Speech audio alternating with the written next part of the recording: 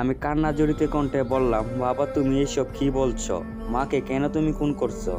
আমি তো কিছু বুঝতে পারতাছি না, নাকি তুমি মজা করছো? বেশি কথা বলে সময় নষ্ট করবো না। তোর মা এতক্ষণে পরপারে অনেক দূরে চলে গেছে। আমি এখন আত্মহত্যা করব, তার সঙ্গে হাঁটতে শুরু করব, না এলে সে হারিয়ে যাবে। প্লিজ বাবা, মার কাছে মোবাইলটা দাও, আমি মার সাথে কথা বলবো। সে তো গলা কাটা অবস্থায় চুপ হইয়া ঘুমায়া আছে। তুই সকালবেলা তাড়াতাড়ি গ্রামের বাড়ি চলে আয়, আমাদের দুজনের লাশটা যেন পুলিশ কাটাছিড়া না করে। মোবাইল কেটে গেল, সঙ্গে সঙ্গে বাবার নাম্বারে আবার কল দিলাম, কিন্তু বাবার নাম্বার বন্ধ।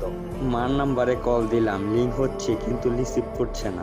বিছানায় বসে কান্না করতে লাগলাম। আমার রুমমেট তহিদ ঘুম থেকে উঠে আমার কাছে এসে বসলো। তারপর আমি তাকে বিস্তারিত বললাম, আর সে বলল বাড়ির পাশে কারোর কাছে কল দিয়ে এই খবরটা পৌঁছাতে। সঙ্গে সঙ্গে চাচাতো ভাই মনিরের কাছে কল দিলাম। প্রায় 5 বার কল করার পর চাচাতো ভাই মোবাইল ধরে বলল, কি হয়েছে লিমন? এত রাতে কেউ কি কাউকে কল করে? জরুরি কিছু হয়েছে?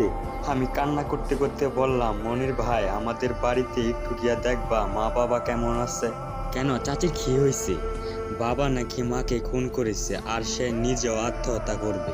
আমাকে কল দিয়ে এইসব বলে কল কেটে দিয়েছে। আমি তো